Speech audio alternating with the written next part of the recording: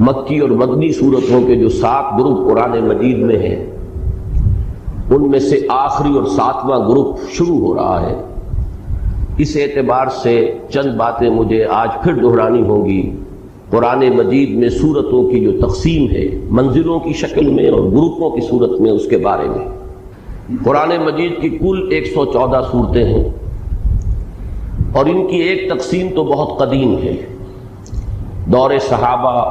سے رضی اللہ تعالی عنہم ان کا ذکر ہمیں ملتا ہے، اور وہ ہے منزلیں تلاوت کے لیے، کہ ایک منزل روزانہ انسان تلاوت کر لے تو ایک ہفتے میں قرآن مجید ختم ہو جائے۔ اس میں یہ نہیں ہے کہ صفحے گن کر برابر برابر 7 حصوں میں تقسیم کیے گئے ہوں، بلکہ مکمل صورتیں ہیں، لیکن یہ کہ ایک بہت ہی ایک ترتیب اس میں قائم ہوئی ہے کہ سورہ فاتحہ کو اگر الگ کر لیا جائے کہ وہ پورے قرآن مجید کے لیے ایک نہایت جامع مقدمے کی حیثیت رکھتی ہے، تو اس کے بعد سے تقسیم یہ ہے کہ پہلی منزل میں 3 صورتیں ہیں، دوسری میں 5 ہیں، تیسری میں 7 ہیں، چوتھی میں 9 ہے، پھر 11 ہے، پھر 13 ہے۔ یوں سمجھئے کہ یہ بڑھتا چلا جا رہا ہے، سیڑھی جو ہے بڑے ہی ایک حساب سے بڑھ رہی ہے۔ البتہ حزب مفصل جو کہلاتا ہے آخری، اس میں 65 صورتیں ہیں، وہ بھی 15 کا ملٹیپل بنتا ہے 13 کا، 13 ضرب 5 65۔ اس کے اندر بھی ایک حسن ہے عددی اعتبار سے۔ ان میں مکی مدنی کی کوئی تقسیم نہیں ہے، بلکہ یہ ہے کہ اصل پیش نظر یہ ہے کہ تقریباً مساوی 7 حصے ہو جائیں۔ بالکل مساوی نہیں ہے، اس میں سے جو پہلا گروپ ہے، پہلی منزل 5.25 پارے کی ہے، بعض جو ہے وہ 4 پارے 4.25 پارے کے لگ بھگ ہے۔ آخری منزل جو ہے وہ سورہ قاف سے شروع ہوتی ہے، اور یہ آپ کے علم میں ہے کہ 26ویں پارے میں سورہ قاف ہے، 27 28 29 30 تقریباً 4.25 پارے اس کے بنیں گے، تو بالکل برابر نہیں ہے، البتہ تقریباً مساوی 7 حصے۔ یہ 7 منزلیں جو ہیں، اور ان کو 7 احزاب بھی کہتے ہیں، جیسا کہ میں عرض کر چکا ہوں یہ قدیم ہے، ان کا ذکر آپ کو دور صحابہ سے مل جائے۔ البتہ بازی قریب میں نظم قرآن کے ضمن میں جو خاص ایک غور و فکر مولانا حمید الدین فراہی رحمۃ اللہ علیہ سے جس کا آغاز ہوا،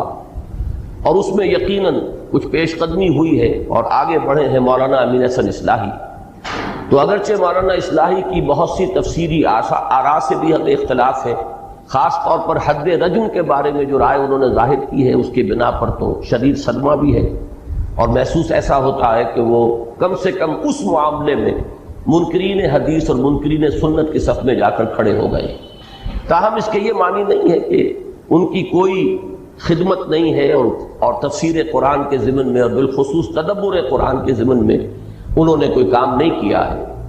تو مولانا فراہی نے جو نظم قرآن کا تصور پیش کیا اس سے ایک قدم آگے بڑھے ہیں مولانا اصلاحی، اور میرے علم میں نہیں ہے کہ ان سے پہلے کسی نے اس حقیقت کی نشاندہی کی ہو، واللہ عالم،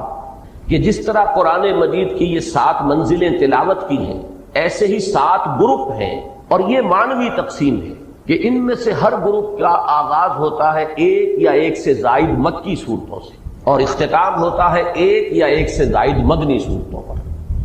تو مکیات مدنیات ایک گروپ، پھر مکیات پھر مدنیات دوسرا گروپ، پھر مکی پھر مدنی تیسرا گروپ، اور ان میں ظاہر بات ہے کہ ایک معنوی ربط قائم ہوتا ہے کہ ہر گروپ کا ایک مرکزی مضمون ہے، ایک اس کا عمود ہے، اسی مرکزی مضمون کا، جیسے آپ کہتے ہیں تصویر کے 2 رخ ہوتے ہیں، ایک رخ مکی صورتوں میں آئے گا اسی گروپ کے، اور دوسرا رخ جو ہے اسی گروپ کی مدنی صورتوں میں آئے گا، اور وہ مضمون گویا کہ اس عمود کی حد تک اس گروپ میں مکمل ہو جائے گا۔ اب میں زیادہ تفصیل میں اس وقت نہیں جا رہا ہوں، صرف یہ بات نوٹ کر لیجئے کہ پہلا اور آخری گروپ جو ہے اس کے مابین ایک عجیب عکسی نسبت ہے، ریسیپروکل ریشو ہے، کہ پہلے گروپ میں مکی صورت صرف ایک سورہ فاتحہ، بہت چھوٹی ہے حجم کے اعتبار سے، اگرچہ معنوی اعتبار سے وہ پورے قرآن مجید کے بھی مساوی اسے قرار دیا جا سکتا ہے، اساس القرآن، القرآن، اور حضرت ابی بن کعب رضی اللہ تعالیٰ عنہ سے جو روایت مروی ہے اس کے مطابق تو حضور نے خود اس کو قرار دیا ہے والقرآن العظیم، جو سورہ ہجر میں آیت آئی ہے وَلَقَدْ آتَيْنَاكَ سَبْعًا مِنَ الْمَثَانِي وَالْقُرْآنَ الْعَظِيمَ، تو حضور نے فرمایا یہی سبع مثانی ہے، یہی قرآن عظیم ہے۔ تو اپنی جگہ وہ معنویت کے اعتبار سے اس کی جو عظمت ہے وہ مسلم ہے، لیکن یہ کہ حجم کے اعتبار سے بہت ہی مختصر ہے، جبکہ 4 طویل ترین مدنی صورتیں، سورہ بقرہ، سورہ آل عمران، سورہ نساء، سورہ مائدہ، 6.25 پارے کے لگ بھگ جو ہے یہ مدنیات ہے۔ اب بالکل یہ نسبت جو ہے اس آخری گروپ میں آ کر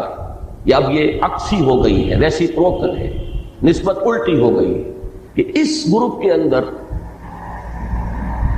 48 صورتیں شامل ہیں۔ یہ نوٹ کر لیجئے کہ تلاوت کا جو آخری منزل والا معاملہ ہے، آخری منزل وہ سورہ قاف سے شروع ہو جاتی ہے۔ اس میں گروپ 2 ہے، سورہ قاف سے لے کر سورہ واقعہ تک مکی صورتیں، سورہ حدید سے سورہ تحریم تک 10 صورتیں مدنی، یہ ہم پڑھ چکے ہیں، یہ ایک گروپ مکمل ہو گیا، یہ 6واں گروپ ہے۔ اور 7واں گروپ یہاں سے شروع ہو رہا ہے سورہ ملک سے اور سورۃ الناس پر ختم ہوگا۔ یہ جو 48 صورتیں ہیں ان میں اکثر و بیشتر بلکہ تقریباً کل کی کل مکی صورتیں ہیں۔ یہاں آپ دیکھیں گے کہ اب مدنی صورتوں کی نسبت جو ہے وہ نہ ہونے کے برابر رہ گئی،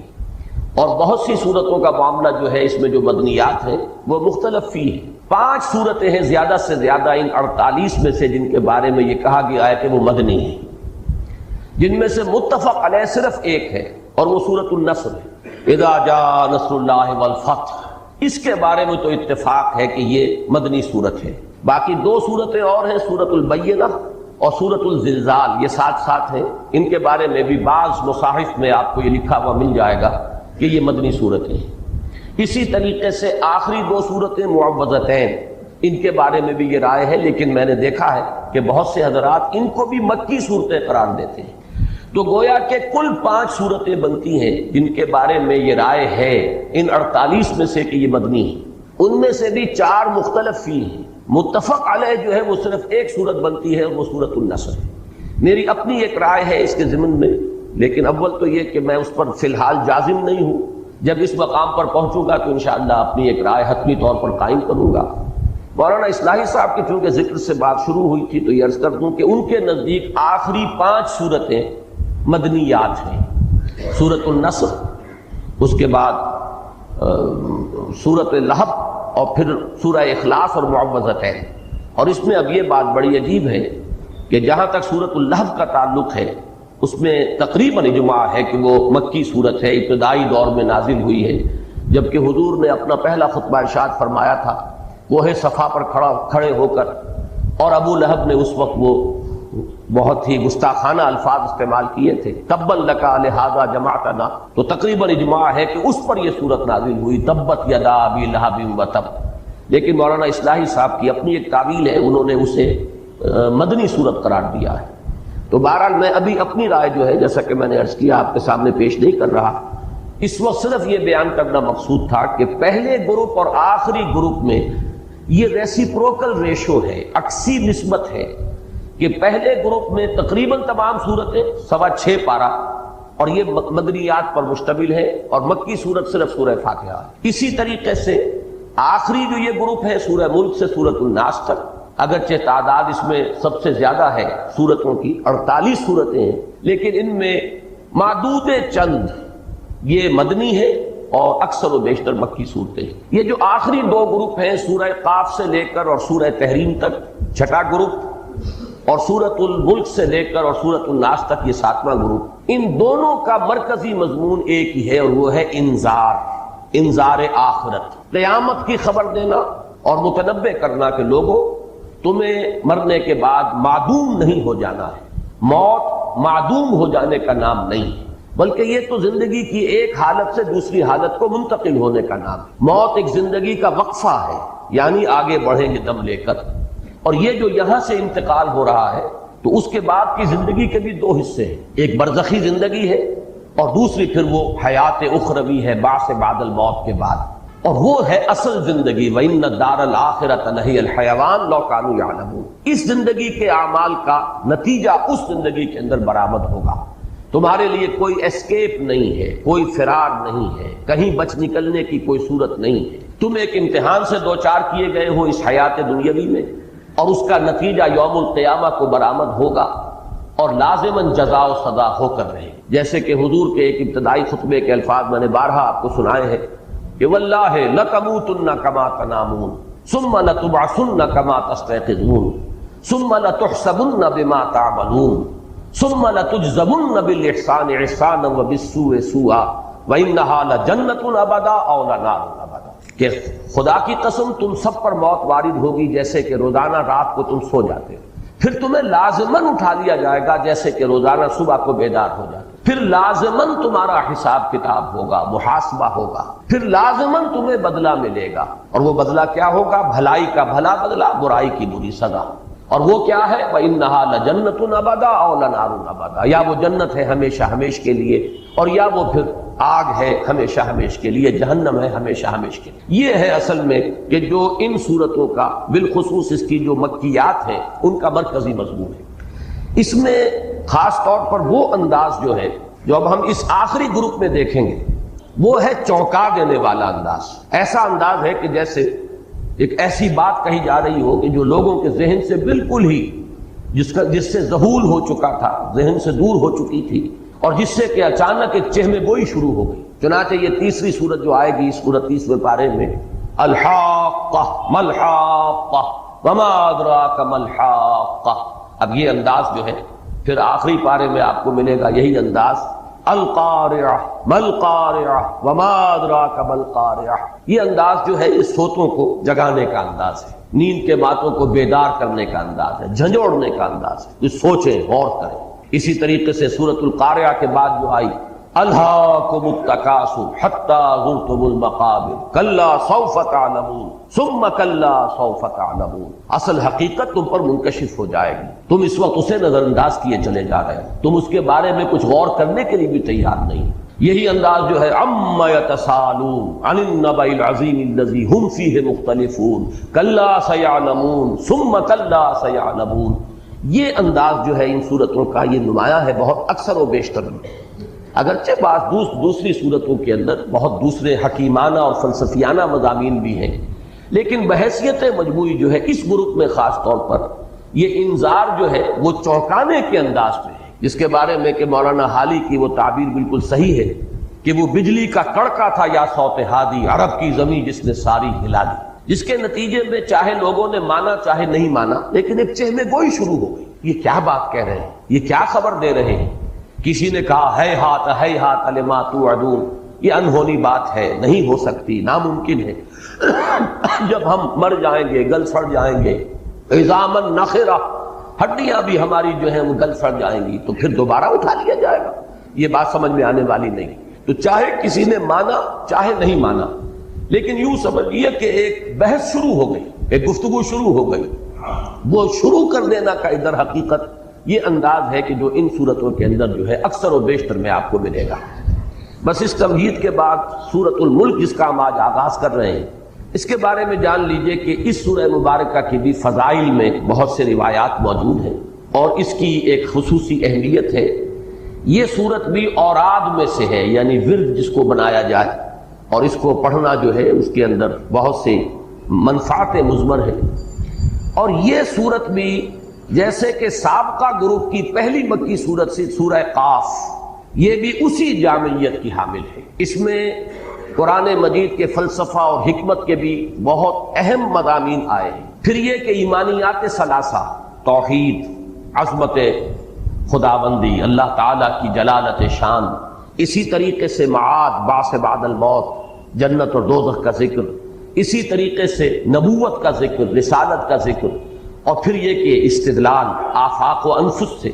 یہ ان تمام مضامین کے اوپر یہ سورہ مبارکہ بہت جامع ہے. اور جیسا کہ میں نے عرض کیا کہ اس میں بعض آیات بڑی اہمیت کی حامل ہے، ایک تو حکمت اور فلسفے کے اعتبار سے اور ایک نفسیات انسانی کے اعتبار سے. بہرحال اب ہم اللہ کا نام لے کر اس سورہ مبارکہ کا ہم تسلسل کے ساتھ مطالعہ شروع کر رہے ہیں. تبارک الذی بیدہ الملک، پہلا لفظ جو ہے تبارکہ بہت بابرکت ہے. ایک تو یہ تفاعل، یہ جو وزن ہے اس میں مبالغے کا مفہوم ہے، بہت بابرکت. لیکن برکت کا مفہوم کیا ہے؟ یہ تبارکہ کا لفظ قرآن مجید میں اللہ تعالیٰ کی شان میں 9 مقامات پر آیا ہے، اور ان میں سے یہ نوٹ کیجئے کہ 3 مقامات صرف ایک سورۃ الفرقان میں ہے۔ اس کا بھی آغاز ہوا ہے تبارک الذی نزل الفرقان علی عبدہ لیکون للعالمین نذیرا، پھر اس کے بعد ایک آیت آتی ہے تبارکہ سے، پھر یہ آخری رکوع شروع ہوتا ہے تبارکہ سے۔ تو تبارکہ کا مفہوم کیا ہے؟ اس کا جو مادہ ہے برکن، اس کو کہتے ہیں جو اونٹ کا سینہ ہے، اور جب اونٹ بیٹھتا ہے تو آپ نے دیکھا ہوگا کہ اس کا سینہ زمین پر ٹکتا ہے، اور اس جگہ پر بھی جیسے تو ایک کوہان ہے اس کے اوپر، لیکن وہاں بھی ایک ایسا پیڈ بنا ہوا ہوتا ہے بہت مضبوط کہ جب وہ گویا کہ ٹک گیا تو اب اونٹ پورے طور پر زمین پر متمکن ہو گیا ہے اور وہ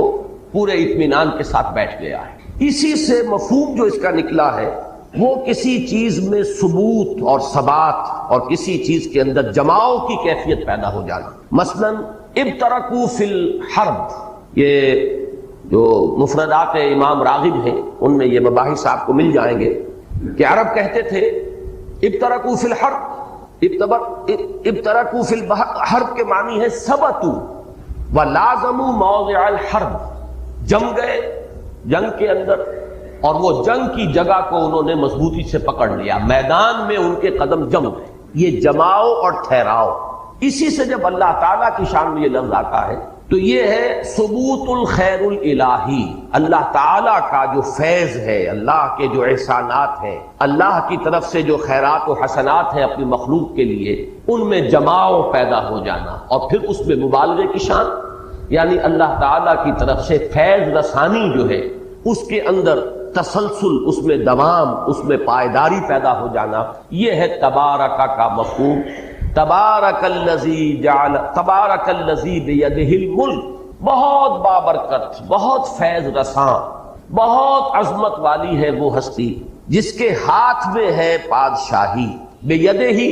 اس کے ہاتھ میں ہے۔ اللہ تعالیٰ کے لیے یہ مختلف جو الفاظ آتے ہیں، ید ہے، چہرہ ہے، وجہ، ان تمام کے بارے میں جو ہمارا اہل سنت کا موقف ہے وہ یہ ہے کہ ان پر اجمالاً ایمان، باقی یہ کہ ظاہر بات ہے کہ ہم اس کو کسی تجسیم یا کسی جسم کے اوپر قیاس نہیں کر سکتے، اور اکثر و بیشتر اس سے مراد ہوگی یعنی استعارہ، کہ ید سے مراد ہے جیسے ہم کہتے ہیں قبضہ قدرت، کسی کے ہاتھ میں ہونا، یعنی اس کے اختیار میں ہونا، اس کے قبضے میں ہونا۔ بیدہ الملک، اسی کی قبضے میں ہے بادشاہ، اسی کا اختیار مطلق ہے ملک پر، بادشاہی پر۔ یہ لفظ ملک جو ہے اب اس پر بھی غور کیجئے کہ یہ جو صورتیں ابھی ہم پڑھ چکے ہیں، سورہ حدید، سورہ تغابن، اس میں بھی اللہ تعالیٰ کے لیے یہ لفظ جو ہے بتکرار و اعادہ آیا ہے۔ سورہ حدید کی ابتدائی 6 آیات آپ کو یاد ہوگا، ہم نے بہت تفصیل کے ساتھ ان کا مطالعہ کیا، اور ذات و صفات باری تعالیٰ کے ضمن میں میری ایک ذاتی رائے ہے جو میں نے بارہا عرض کی ہے کہ عظیم ترین اور جامع ترین مقام جو ہے وہ سورہ حدید کی پہلی 6 آیات پر مشتمل ہے۔ اس میں بھی 2 مرتبہ لہو ملک السماوات والارض، دوسری آیت میں لہو ملک السماوات والارض یحیی و یمیت وہو علی کل شیء قدیر،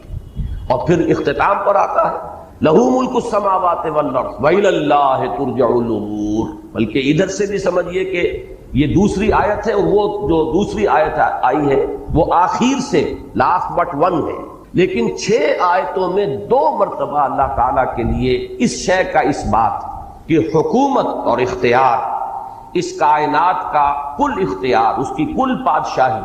ڈی فیکٹو بھی ڈی جیورے بھی اللہ تعالیٰ کے ہاتھ میں۔ اسی طریقے سے سورہ تغابن میں لہ الملک ولہ الحمد وہو علی کل شیء قدیر، اور اس ملک کے ساتھ علی کل شیء قدیر کی خصوصی مناسبت ہے۔ وہ بادشاہت کے جو جس میں کہیں عجز ہو، بادشاہ اگر کمزور ہو گیا ہو تو ظاہر بات ہے کہ بادشاہی میں خلل پیدا ہو جائے گا، پھر وہاں فساد رونما ہو جائے گا۔ تو اس کے ساتھ اللہ تعالیٰ کی قدرت تامہ اور قدرت کاملہ، لہ الملک ولہ الحمد وہو علی کل شیء قدیر۔ سورہ حدید میں بھی فرمایا لہ ملک السماوات والارض یحیی و یمیت وہو علی کل شیء قدیر۔ بالکل اسی کے ساتھ مناسبت اس آیہ مبارکہ کی ہے،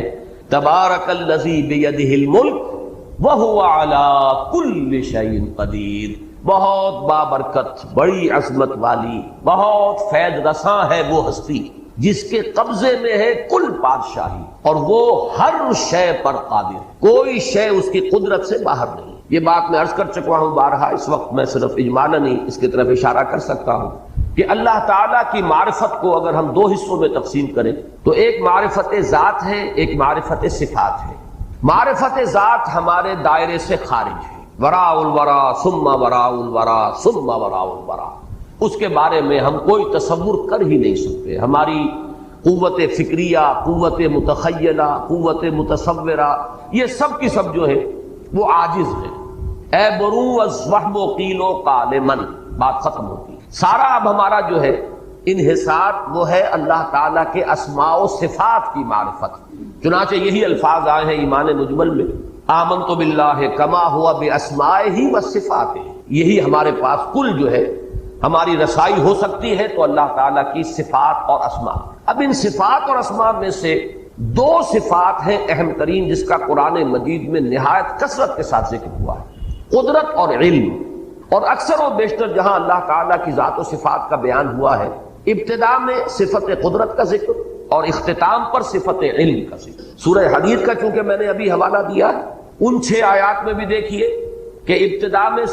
پہلی آیت میں وَهُوَ عَلَىٰ كُلِّ شَيْءٍ قَدِيرٌ، اور اس کے بعد اختتام کیا ہوتا ہے؟ وَهُوَ عَلِيمٌ بِذَاتِ الصُّدُورِ، وہ سینوں کے اندر جو راز مخفی ہیں اور دفن ہیں، جو ارادے اور نیتیں ہیں، ان سب کا بھی جاننے والا ہے۔ اسی طریقے سے سورہ تغابن میں شروع میں فرمایا یسبح للہ ما فی السماوات و ما فی الارض لہ الملک و لہ الحمد وہو علی کل شیء قدیر، اور چوتھی آیت کل کی کل مشتمل ہے اللہ تعالیٰ کی صفت علم پر، یعلم ما فی السماوات والارض ویعلم ما تسرون وما تعلنون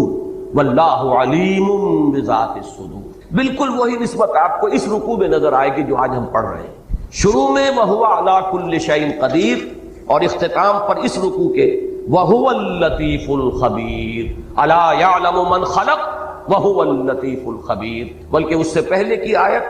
وَأَسِرُّوا قَوْلَكُمْ أَوِ اجْهَرُوا بِهِ إِنَّهُ عَلِيمٌ بِذَاتِ الصُّدُورِ۔ تو یہ نسبت وہی ہے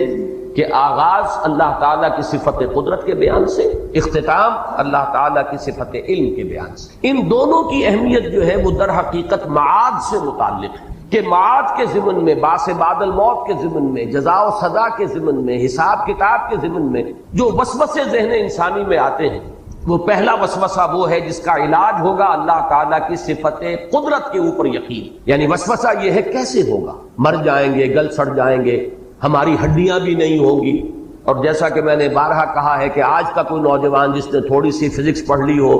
کیمسٹری پڑھ لی ہو، وہ کہے گا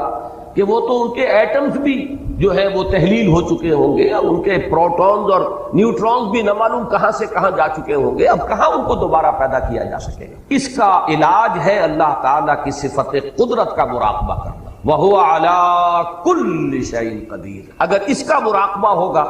تو یہ وسوسہ ختم ہو جائے گا، اس کی بنیاد، اس کی جڑ کٹ جائے گی۔ اسی طریقے سے دوسرا وسوسہ یہ آتا ہے کہاں اللہ کے علم میں یہ ساری ڈیٹیلز ہوں گی، ایک انسان پوری عمر میں جو عمل کرتا ہے، ایک دن میں کیا کیا اس کے اعمال ہیں، کیا کیا خیالات اس کے ذہن میں آ رہے ہیں،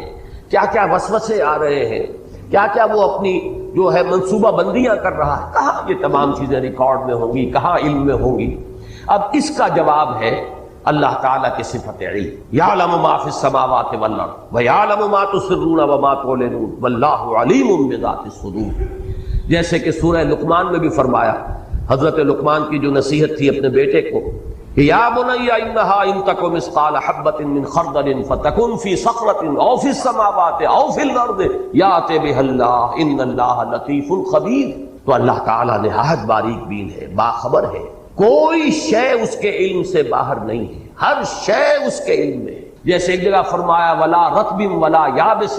نہ کوئی تر ہے شے نہ کوئی خشک ہے مگر اس کے علم میں ہے، یہاں تک کہ کوئی پتا درخت سے نہیں گرتا، کوئی ظلمات البر والبحر کے اندر کوئی شے نہیں ہے کہ جو گرتی ہو یا حرکت کرتی ہو مگر اس کے علم میں ہے۔ تو یہ سارا ایمفیسس جو ہے اللہ تعالیٰ کی صفت علم پر، اس کا بھی براہ راست تعلق معاد کے ساتھ ہے۔ یہی وجہ ہے کہ اس سورہ مبارکہ کے بھی آغاز میں اللہ تعالیٰ کی صفت قدرت کا ذکر ہے، اور اس رکوع کا اختتام پھر اللہ تعالیٰ کی صفت علم پر ہوگا۔ تبارک الذی بیدہ الملک وہو علی کل شیء قدیر الذی خلق الموت والحیات لیبلوکم ایکم احسن عملا۔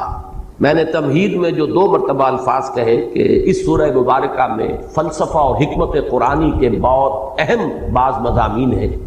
تو یہ دوسری آیت جو ہے یہ در حقیقت فلسفے سے اور حکمت قرآنی سے بہت گہری نسبت رکھنے والی ہے، اس لیے کہ زندگی کا معال کیا ہے، یہ زندگی کی حقیقت کیا ہے، پہلی بات یہ ہے زندگی کا آغاز و اختتام کیا ہے، پھر یہ کہ یہ زندگی جو ہمارے نزدیک گویا کہ اکثر و بیشتر ہم زندگی اسی کو قرار دے دیتے ہیں، اس زندگی کا مقصد کیا ہے، اس کی اصل غرض و غایت کیا ہے۔ تو یہ ہے اصل میں وہ بنیادی فکر سے متعلق اور فلسفے سے متعلق مسائل کہ جن کو اس آیہ مبارکہ کے اندر ڈیل کیا گیا۔ پہلی چیز جو بڑی اہم ہے هو الذی خلق الموت والحیات، جس نے پیدا کیا، تخلیق فرمایا ہے موت کو بھی اور حیات کو بھی۔ اب یہاں پر جہاں تک حیات کا ہمارا تاثر ہے، تصور ہے، وہ تو یہ ہے کہ یہ ایک مثبت وجودی حقیقت ہے، لیکن موت کے بارے میں ایک مغالطہ ذہنوں میں بیٹھا ہوا ہے۔ بالعموم اس کا بارے میں ذہنوں میں یہ خیال ہے کہ موت معدوم ہو جانے کا نام، چنانچہ بعض جگہ پر تو آپ اکثر و بیشتر تراجم میں بھی دیکھیں گے کہ جیسے قرآن مجید میں سورہ بقرہ کے 3 رکوع میں جو آیت آئی کیف تکفرون باللہ وکنتم امواتا فاحیاکم ثم یمیتکم ثم یحییکم، وہاں بھی آپ دیکھیں گے کہ موت مقدم، حیات اس کے بعد، لیکن یہ کہ اس موت کے بارے میں اکثر لوگوں کا مغالطہ ہے کہ گویا کہ معدوم کے معنی میں ہم اسے لے رہے ہیں کہ تم معدوم تھے پھر تمہیں اللہ نے زندہ کیا۔ تو یہاں چونکہ اس موضوع پر کئی مرتبہ گفتگو ہو چکی ہے، لیکن میں اس جگہ توجہ دلا رہا ہوں، خلق الموت والحیات، موت بھی در حقیقت مخلوق ہے، یہ ایک مثبت حقیقت ہے جس پر کہ تخلیق کا عمل گزرا ہے، یہ موضوع ہے عمل تخلیق کا، یہ ایک مثبت وجودی حقیقت ہے۔ موت در حقیقت معدوم ہونے کا نام نہیں ہے، اس لیے کہ عدم پر تخلیق کا اطلاق نہیں ہو سکتا۔ عدم کو پیدا کیا کیسے جائے گا؟ عدم تو در حقیقت جو ہے وہ تخلیق کے بالکل منافی ہو جائے گی، ضد ہو جائے گی۔ لہذا جیسے زندگی ایک مثبت حقیقت ہے جس پر کہ لفظ تخلیق کا اطلاق ہو رہا ہے، ایسے ہی موت بھی ایک مثبت وجودی حقیقت ہے جس پر کہ عمل تخلیق کا اطلاق ہو رہا ہے۔ خلق الموت والحیات لیبلوکم ایکم احسن عملا۔ اب اس میں دیکھیے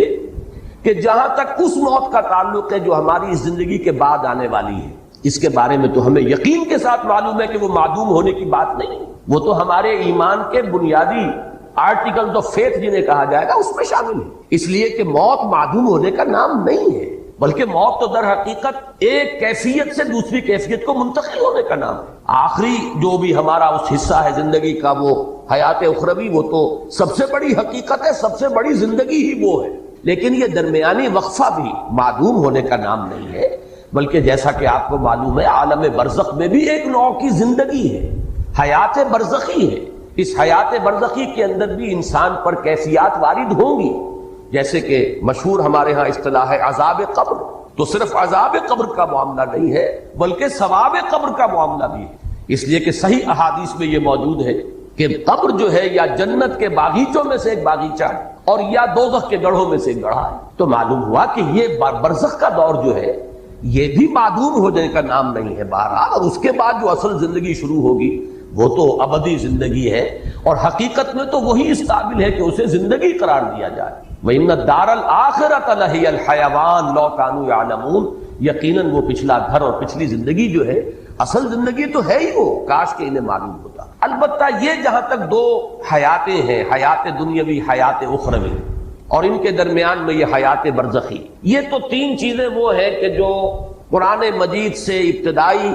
تعارف رکھنے والا شخص بھی جانتا ہے اور ہر مسلمان کے وہ ایمان کے لازمی اجزاء میں شامل ہے، لیکن ایک حیات اس سے پہلے ہے، ایک موت اس سے پہلے آ چکی ہے۔ یہ در حقیقت فلسفے اور حکمت قرآنی کا ذرا غامض پہلو ہے، مختلف مقامات پر اس کی طرف اشارات ہیں، تفاصیل اس کی آپ کو قرآن میں نہیں ملے گی، اس لیے کہ جو حکمت کے غامض مسائل ہیں انہیں قرآن مجید نے تفصیل کے ساتھ اس پر بحث نہیں کی، اس لیے کہ قرآن مجید صرف حکماء کے لیے نہیں ہے، فلاسفہ کے لیے نہیں ہے، بہت اعلیٰ عقلی صلاحیتیں رکھنے والوں کے لیے نہیں ہے، یہ عامیوں کے لیے بھی ہے، عوام کے لیے بھی ہے۔ لہذا اس میں زیادہ تر بحث کی گئی ہے تفصیل کے ساتھ انہی چیزوں پر کہ جو سب کے ذہن کی گرفت میں آ جائیں، سب کے علم کی سطح تک رسائی جو ہے ان چیزوں کی ہو جائے، اور باقی چیزیں جو ہیں کہ جو زیادہ غامض ہیں، دقیق ہیں، فلسفیانہ حقائق ہیں، ان کی طرف صرف اشارے ہیں، اس لیے کہ ان کو ظاہر بات ہے کہ ان سے دلچسپی رکھنے والے عقلاء اور حکماء ہوں گے، اور عاقلانہ اشارہ کافی ہے، عاقلوں کے لیے ظاہر بات ہے کہ اشارہ کافی ہے۔ وہ جب وہاں سے گزریں گے وہ ڈیرا لگا کر بیٹھ جائیں گے، جیسے کہ میں نے ابھی آیت آپ کو سنائی، کیف تکفرون باللہ وکنتم امواتا فاحیاکم ثم یمیتکم ثم یحییکم ثم الیہ ترجعون۔ معلوم ہوا 4 ادوار ہیں، ایک موت پہلے تھی، پھر اس کے بعد احیاء ہوا ہے، پھر اب یہ زندگی آئی ہے، پھر اماتہ ہوگا، پھر اس کے اوپر موت کا عمل وارد ہوگا، پھر احیاء ہوگا، اور پھر وہ زندگی ابدی ہو جائے گی۔ لیکن یہ مضمون جو ہے اپنی کلائمیکس میں جو سامنے آیا ہے وہ سورہ غافر یا سورہ مومن، یہ 2 نام ہیں سورہ مبارکہ کے، اس کی جو آیت ہے، اور میں نے سن 66 میں ایک مضمون لکھا تھا حقیقت زندگی کے عنوان سے، جو پہلے ہفت روزہ الاعتصام میں چھپا، پھر میثاق میں چھپا، پھر حکمت قرآن میں چھپا۔ میں بار بار، چونکہ وہ میری بہت ہی محبوب تحریروں میں سے ہے، پہلی مرتبہ اس میں نے اس آیت مبارکہ کی طرف اشارہ کیا، اور مولانا عبدالغفار حسن صاحب کا مدینہ میں اس وقت تھے، مدینہ منورہ میں یونیورسٹی میں پڑھاتے تھے، وہاں سے مجھے خط آیا کہ یہ پہلی مرتبہ تم نے اشارہ کیا ہے، اور ایک بہت بڑی علمی حقیقت ہے کہ جو ہاتھ آئی ہے، ان کا وہ تحسین کا خط میں نے شائع بھی کیا تھا میثاق میں، وہ آیا مبارکہ جس میں صراحت کے ساتھ 2 اماتیں اور 2 احیاء، اہل جہنم کی فریاد آئی ہے ان الفاظ میں کہ وہ جہنمی اللہ تعالیٰ سے فریاد کریں گے، ربنا امتنا سنتین واحییتنا سنتین فاعترفنا بذنوبنا فہل الی خروج من سبیل۔ اے رب ہمارے، تو نے ہمیں 2 مرتبہ مارا اور 2 مرتبہ جلایا۔ یہاں خاص طور پر جو نوٹ کرنے کی بات ہے وہ ہے احیاء کے معنی زندہ کرنا، اماتہ کے معنی مارنا۔ کسی شے کو مارنے کا مطلب یہ کہ پہلے وہ زندہ تھی تب اس پر اماتہ ہوگا نا، اور اس کے بعد پھر وہ مردہ سے اس کو زندہ کیا جا رہا ہے۔ اور وہاں بھی آپ دیکھ رہے ہیں جیسے یہاں ہے خلق الموت والحیات، موت کو مقدم رکھا گیا ہے حیات پر، اسی طرح وہاں کنتم امواتا فاحیاکم ثم یمیتکم ثم یحییکم، دونوں مرتبہ موت مقدم ہے حیات پر۔ اور اسی طرح اس آیہ مبارکہ میں ربنا امتنا اثنتین واحییتنا اثنتین فاعترفنا بذنوبنا فہل الی خروج من سبیل، رب ہمارے تو نے ہمیں 2 مرتبہ مارا اور 2 مرتبہ زندہ کیا، تو اب ہم نے اپنے گناہوں کا اعتراف کر لیا۔ یہ اس رکوع میں بھی وہ لفظ آیا ہے فاعترفوا بذنبہم، تو انہوں نے اعتراف کر لیا، وہ اعتراف کر لیں گے اپنے گناہ کا۔ وہاں بھی فرمایا گیا ہم نے اعتراف کر لیا اپنے گناہوں کا، فہل الی خروج من سبیل، اب یہاں سے نکلنے کے لیے بھی کوئی راستہ ہے، کوئی شکل ہے؟ یعنی اگر 4-5 ہم پر مراحل آ چکے ہیں تو پروردگار ایک مرحلہ اور، یعنی جب اس طریقے سے 2 مرتبہ اماتہ ہو چکا، 2 مرتبہ احیاء ہو چکا، تو پھر یہ کہ کوئی ایک اور شکل ہو جائے، کوئی اور مہلت مل جائے، گویا کہ دلیل کے طور پر فہل الی خروج من سبیل کی جو استدعا ہے اس کی دلیل کے طور پر یہ لایا گیا، تو نے 2 مرتبہ ہمیں مارا، 2 مرتبہ جلایا، تو اب 1 مرتبہ اور ہمیں موقع عنایت ہو جائے۔ اب میں نے ابھی ایک لفظ کہا تھا، شاید آپ چونکے ہوں، کہ در حقیقت یہ 4 نہیں 5 ادوار ہیں، اس لیے کہ پہلے اماتے سے پہلے ایک زندگی ہے، تبھی تو اماتہ ہوگا۔ تو حیات اولا، پھر اماتہ اولا ہوا ہے، پہلی موت ہوئی ہے، پھر احیاء اولا، یہ دوسری زندگی ہوئی، پھر اماتہ ثانیہ، دوسری مرتبہ کا زندہ موت کا وارد کیا جانا، اس کے بعد احیاء ثانی ہوگا، دوسری مرتبہ کا زندہ کیا جانا، اور اس کے بعد زندگی۔ گویا کہ 3 زندگیوں کے مابین 2 موتیں حائل ہیں۔ اب نوٹ کر لیجئے اس کو، بات ثابت یہ ہوا 3 زندگیوں کے مابین وقفے ہیں 2 موتوں کے، پہلی زندگی پھر موت، پھر زندگی پھر موت، پھر زندگی۔ اب اس کو نوٹ کیجئے، میں نے پہلے بھی عرض کیا ہے لیکن بعض حضرات آج یہاں نئے ہیں۔ پہلی ہماری تخلیق ہوئی عالم ارواح میں، اس کے لیے لفظ تخلیق بھی مناسب نہیں ہے، ایجاد یا ابداع، اس لیے کہ حجت اللہ البالغہ جو بڑی مشہور معروف اور بڑی مارکت الآراء تصنیف ہے امام الہند شاہ ولی اللہ دہلوی رحمۃ اللہ علیہ کی، اس کا ابتدائی حصہ جو ہے وہ ان کے فلسفے پر مشتمل ہے، اور پہلا باب جو ہے اس میں افعال الہی اللہ تعالیٰ کے 3 بنیادی افعال پر بحث کی گئی۔ اللہ کے 3 کام بنیادی ہیں۔ پہلا کیا ہے؟ ابداع، یعنی عدم محض سے وجود بخشنا، یہ ابداع ہے۔ دوسرا ہے خلق، خلق یہ ہے کہ کسی شے سے کوئی شے بنا دینا، یہ خلق ہے۔ اور تیسرے تدبیر، یدبر الامر من السماء الی الارض، اللہ تعالیٰ کے تمام افعال جو ہیں وہ ان 3 کیٹیگریز کے اندر فال کریں گے۔ 3 بڑی بڑی کیٹیگریز ہیں کہ اللہ کے تمام افعال وہ ان کے منقسم ہو جائیں گے۔ ابداع، عدم محض سے وجود بخشنا،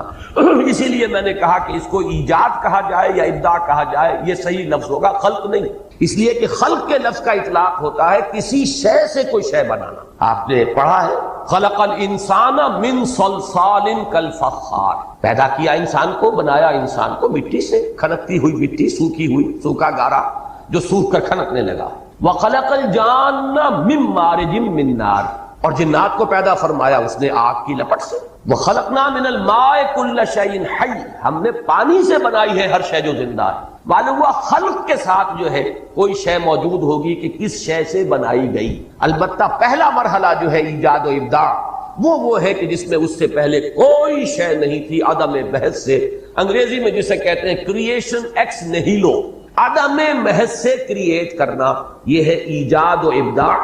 پھر ایک شے سے دوسری شے، دوسری سے تیسری، پھر امتزاج ان کو جوڑ کر بنانا، ایک کی شکل بدل دینا، یہ ہے خلق۔ اور انہی کے مابین پھر اللہ تعالیٰ کے احکام، اس کے اوامر، یہ جو ہے ان کی تنفیذ ہوتی ہے، یہ ہے تدبیر۔ تو یہ 3 بنیادی افعال ہیں۔ میں نے اس کا ذکر اس لیے کیا کہ پہلی زندگی جو ہے اس کے لیے لفظ خلق موضوع نہیں ہے، وہ ہماری تخلیق اول جو ہے، وہ جو تخلیق اول ہے ہماری، وہ عالم ارواح میں ہوئی، اور اس کے لیے ایجاد و ابداع کا لفظ مناسب ہوگا۔ اس کے بعد پہلی زندگی تھی جس میں کہ وہ ہم نے عہد کیا تھا الست بربکم قالوا بلا، ظاہر بات ہے زندگی تھی، نہ صرف زندگی تھی، پورا شعور ذات موجود تھا، ہم نے معاہدہ کیا اللہ کے ساتھ۔ تو جب تک کہ سیلف کانشسنس نہ ہو، شعور ذات نہ ہو، معاہدے کی کوئی حیثیت ہی نہیں۔ ہمیشہ آپ دیکھیں گے جب معاہدہ کیا جاتا ہے، اقرار کیا جاتا ہے، بقائنی ہوش و حواس میں یہ وعدہ کرتا ہوں یا معاہدہ کر رہا ہوں، تو گویا کہ اپنی ذات کا پورا شعور ہونا لازم ہے۔ ہم اس شعور ذات کے ساتھ زندہ تھے، اگرچہ جسموں کے ساتھ نہیں تھے، صرف ارواح کی شکل میں تھے۔ الارواح جنود مجندہ، وہ لشکروں کی صورت میں وہ تمام ارواح تھی جو اللہ کے حضور میں حاضر تھی، اور پوچھا گیا الست بربکم قالوا بلا۔ اب یہ پہلی حیات ہے، اس پر پہلا اماتہ طاری ہوا، پہلی مرتبہ مارا گیا، یعنی سلا دیا گیا، ان ارواح کو کسی کولڈ سٹوریج کے اندر رکھ دیا گیا۔ یہ ہے موت کا وہ پہلا مرحلہ جو اس زندگی میں آنے سے قبل ہم گزار آئے۔ اس کے بعد اب ہو رہا ہے احیاء اولا، وہ اس زندگی میں، اس عالم جو عنصری ہے اس کے اندر جب وہ رحم مادر میں ایک جسم تیار ہوا ہے تو وہ روح کو لا کر اس کولڈ سٹوریج سے، وہ جو روح معین ہے اس شخص کی، اس کو لا کر شامل کیا گیا، اور یہ گویا کہ احیاء اولا ہوا۔ اس کے بعد یہ زندگی دوسری آ گئی۔ در حقیقت یہ جسے ہم پہلی زندگی کہتے ہیں، یہ زندگی دوسری ہے کہ جو ہم اس عالم میں مادی میں بسر کر رہے ہیں، اس میں ہمارا جسم بھی ہے اور ہماری وہ روح بھی ہے، جبکہ پہلی زندگی میں صرف ارواح تھی۔ اس کے بعد دوسرا اماتہ ہوگا، اور پھر عالم برزخ شروع ہوگا، پھر دوسرا احیاء ہوگا، اور پھر ہماری آخری زندگی ہوگی، اخروی زندگی، اور وہ پھر ہمیشہ کے لیے ہے، ابدی ہے۔ یہ ہے در حقیقت حیات انسانی کے مختلف انواع۔ اب اس میں ذرا ایک بات میں اور ہمت اور جرأت کر کے عرض کر رہا ہوں، اس سے یہ تو ثابت ہوا ہے ہمارے ایمان کا جزو لازم کہ ہم ابدی ہیں، ہمیں کبھی ختم نہیں ہونا، اس لیے کہ اصل زندگی آخرت کی زندگی ہے، اور وہ ابدی ہے، جنت میں ہو چاہے وہ جہنم میں ہو، وہ ابدی زندگی ہے۔ تو معلوم یہ ہوا کہ ہم ابدی ہیں۔ البتہ اسی کا ایک اور غامض پہلو یہ ہے کہ ہم ازلی بھی ہیں، ہمیشہ سے۔ اب یہ ذرا بات آپ کو چونکانے کے لیے میں کہہ رہا ہوں، اس لیے کہ ہم علم خداوندی میں ہمیشہ سے ہیں۔ میرا جو بھی وجود ہے، میرا تشخص جو اس وقت ہے، علم خداوندی میں تو ہمیشہ سے ہے۔ اللہ کا علم جو ہے وہ حادث نہیں ہے، اللہ کا علم اس کی ذات کے ساتھ، جیسے کہ اس کی ذات قدیم ہے، اس کا علم بھی قدیم ہے۔ کوئی شے جس کا وجود اس عالم میں کبھی ہونا ہوگا وہ علم خداوندی میں ازل سے موجود ہے، جس کو کہ ہمارے صوفیہ اور ہمارے متکلمین کہتے ہیں صور علمیہ، علم خداوندی میں یہ تمام صورتیں پہلے سے موجود ہیں، تو ہماری ایک پوٹینشل ایگزسٹنس جو ہے، پوٹینشل ہے، یہ بالقوہ وجود تھا ہمارا علم خداوندی میں، اور وہ ہمیشہ سے تھا۔ اس کے بعد ہمارا پہلا وجود عالم ارواح میں ہوا ہے، وہ ہمارا وجود خارجی ہے، اور اس کے بعد پھر ہمارا یہ وجود ہے جو مادی زندگی کے ساتھ ہو رہا ہے، مادی جسد کے ساتھ ہو رہا ہے، پھر ہمارا ایک اور وجود ہوگا، وہ ابدی ہے۔ اب یہ ہے وہ چیزیں جن کے بارے میں نے عرض کیا کہ یہ وہ حقائق ہیں کہ جن میں سے حیات دنیاوی تو ہمارے سامنے کی شے ہے، ہمارے تجربے کی شے ہے، حیات اخروی وہ ہے جس کا جاننا لازم ہے اگر اس زندگی کو درست بسر کرنا ہے، لہذا ان پر تو تفصیل سے گفتگو ہوئی ہے، پوری بحث ہے، پوری شرح و بسط کے ساتھ ہے، لیکن یہ ابتدائی مراحل جو ہیں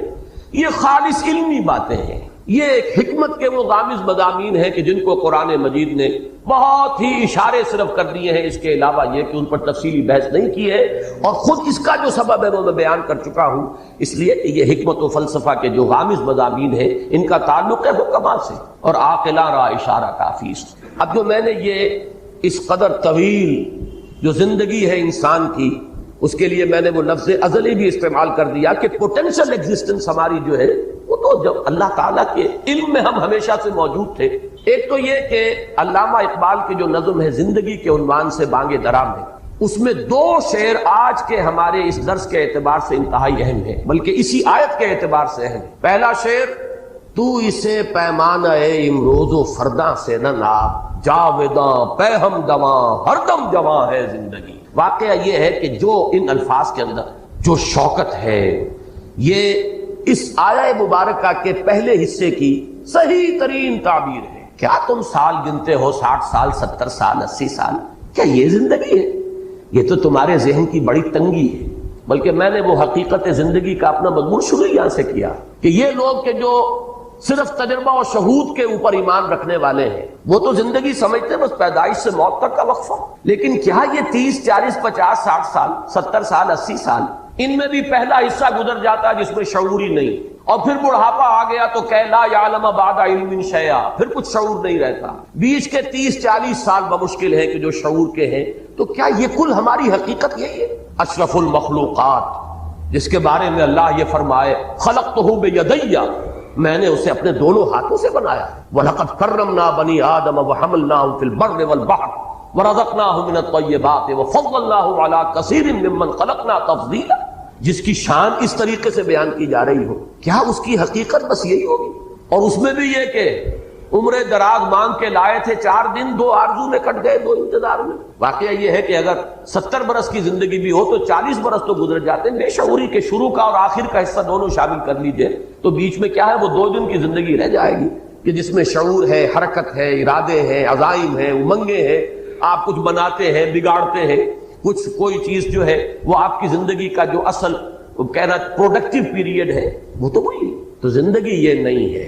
یہ زندگی بہت طویل عمل ہے۔ تو اسے پیمانہ امروز و فردا سے نہ ناپ، جاویداں پہ ہم دواں ہر دم جواں ہے زندگی۔ اب یہ جو جاویداں پہ ہم دواں ہر دم جواں ہے زندگی، ظاہر بات ہے کہ ان حقائق کو کما حق ہو تو ان کی تعبیر ممکن ہی نہیں، بس الفاظ آئیں کہ جس سے کچھ تاثر مل جائے۔ اور میں نے آج جو بات عرض کی ہے اسے پھر نوٹ کر لیجئے کہ اس میں ایک حصہ تو ہمارے ایمان کا جزو لازم ہے، یعنی ابدیت،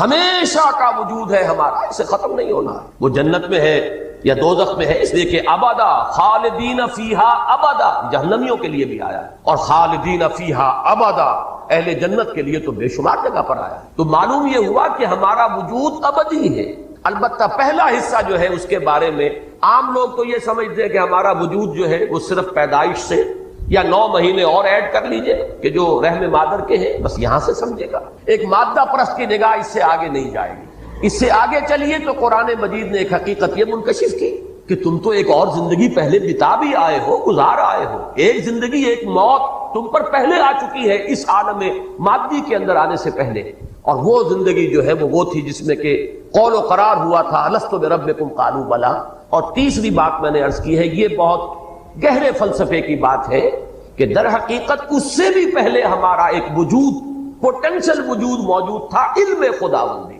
اب اس کے لیے میں علامہ اقبال کا ایک شعر آپ کو سنا رہا ہوں، فارسی کا، فلسفہ اور حکمت کے اعتبار سے بہت اونچا شعر ہے۔ بضمیرت آرمیدم تو بے جوش خود نمائی، بکنار برفگندی در آبدار خضرا۔ اللہ سے خطاب کر رہے ہیں کہ اللہ میں تو تیرے اندر، ضمیر کہتے ہیں کسی کی مخفی حقیقت، اندر کی شے، میں تیرے باطن میں بڑے آرام میں سو رہا تھا، یعنی میں تھا موجود، ایک صور علمیہ کے اعتبار سے میں تیرے علم میں تھا۔ اب تیرے علم میں تھا تو میں تھا، لیکن میں تیرے وجود مطلق میں میرا ایک وجود تھا، بالکل جیسے کہ ایک سی پی کے اندر، یہ ایک مثال آگے دی ہے تشبیہ، سی پی کے اندر موتی موجود ہوتا ہے لیکن سی پی ایک وقت تک بند رہتی ہے، موتی ظاہر نہیں ہوتا۔ بضمیرت آرمیدم تو بجوش خود نمائی، پروردگار تو نے اپنے آپ کو ظاہر کرنے کے لیے تو نے یہ کائنات بنائی، مجھے بھی بنایا۔ یہ جو اگرچہ قرآن مجید میں کوئی نص قطعی کے طور پر یہ مضمون میرے علم کی حد تک نہیں ہے، اور اس حدیث پر بھی محدثین کا تو ظاہر بات ہے کہ اس پر گفتگو ہے اور جرا ہے،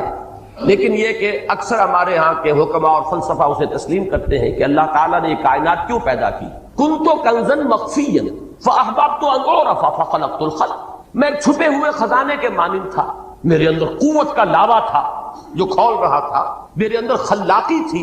لیکن یہ کہ اسے پہچاننے والا کوئی نہیں تھا، لہذا میں نے خلق کو پیدا کیا، اس سے میری وہ قوت خلاقی اور میری وہ قوت جو ہے وہ ظاہر ہوئی۔ الباری، الخالق، المصور، یہ جو اس کی صلاحیتیں تھیں، یہ جو پوٹینشیلٹیز تھی، یہ چھپی ہوئی تھی، مخفی تھی، تخلیق سے وہ ظاہر ہوئی۔ اور پھر اس تخلیق کے بعد ایک ایسی مخلوق پیدا کی گئی جس میں یہ شعور تھا کہ وہ اس کا پورا احساس اور ادراک کر سکے اور معرفت حاصل کر سکے۔ تو معلوم یہ ہوا کہ اللہ تعالیٰ نے اپنے آپ کو ظاہر کرنے کے لیے اور اپنے آپ کو پہچانوانے کے لیے کائنات تخلیق کی، اپنے آپ کو ظاہر کرنے کے لیے کائنات تخلیق فرمائی، اور اپنے آپ کو پہچانوانے کے لیے انسان کو پیدا کہ یہ معرفت کی اس کے اندر صلاحیت تھی کہ اللہ کو پہچانے۔ تو بضمیرت آرمیدم تو بجوش خود نمائی، اپنے آپ کو ظاہر کرنے کے جوش میں تو نے اس کائنات کو بنایا اور مجھے بھی پیدا کیا۔ اور اپنے بارے میں کہہ رہے ہیں بکنارہ برفگندی در آبدار خضرا، جیسے سی پی کے اندر وہ موتی موجود تھا لیکن پتہ نہیں کسی کو نظر نہیں آ رہا، کون اس کی خوبصورتی کو دیکھے، کون اس کے حسن کا جو ہے اس کو اپریشیٹ کرے، تو اس نے اپنا منہ کھولا اور موتی کو باہر پھینکا تاکہ اس موتی کا حسن ظاہر ہو۔ تو نے بھی مجھے اپنے اندر سے نکال کر باہر ڈالا ہے۔ بضمیرت آرمیدم تو بجوش خود نمائی، بکنارہ برفگندی در آبدار خضرا، میں تو تیرے اندر کا ایک موتی ہوں۔ یہ تیرے اندر کا موتی ہے جس کو میں کہہ رہا ہوں، متکلمین نے اس کے لیے اصطلاح وضع کی ہے صور علمیہ۔ کائنات میں جو شے بھی خارج میں پیدا ہوئی ہے پہلے وہ اللہ تعالیٰ کے علم میں موجود تھی، اور وہ اللہ کے علم میں اس کا وجود جو ہے وہ اس کا پوٹینشل ایگزسٹنس ہے۔ اس اعتبار سے میں نے آج عرض کیا ہے بات کو، اس لیے کہ اب پتہ نہیں کتنے زندگی کا کتنا حصہ بقایا ہے۔